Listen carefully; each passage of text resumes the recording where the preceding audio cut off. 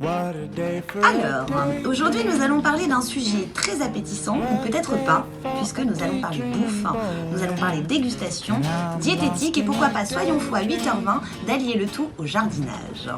Où cherche-t-elle à nous emmener ? Je m'en vais de ce pas champêtre vous le détailler. J'entends bel et bien parler de véganisme.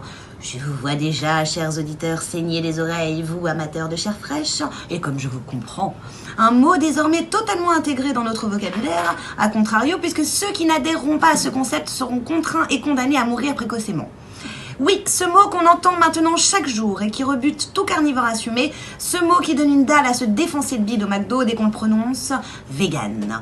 Ouh, être vegan, penser vegan, jouir vegan est aujourd'hui devenu une hygiène de vie, un état d'esprit, une croyance, mieux, un militantisme plus engagé encore que Jean-Luc Mélenchon face à Marine Le Pen, une secte en résumé. En effet, quand hier nous avions le régime végétarien interdisant seulement la viande, aujourd'hui le régime vegan s'impose en bannissant tout produit d'origine animale. La viande, le poisson, les crustacés, mais aussi tout ce qui est lié à l'exploitation des animaux, comme le lait, l'œuf ou le miel. Côté vestimentaire, sont proscrits laine et cuir bien entendu. Et oui, le pull qui pue le chanvre revient à la mode. Voilà, c'est un peu Koh-Lanta à Paris, sauf que nous on a Naturalia et des chiottes.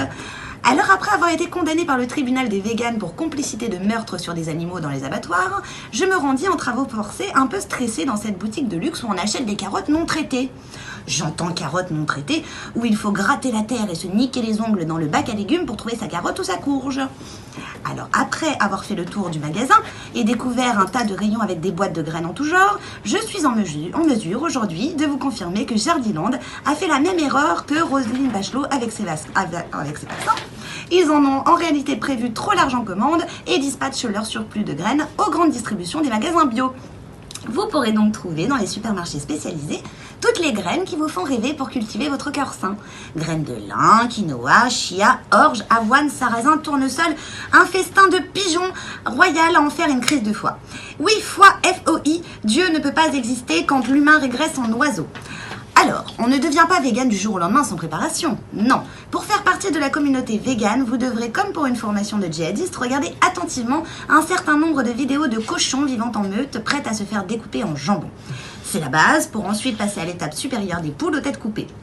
Après cela, bien évidemment, il faudra maquiller votre teint plus blanc que blanc. Je m'adresse à vous, mesdames. Vous pourrez donc vous procurer votre fond de teint vegan issu de l'agriculture biologique, plus communément appelé eau colorée.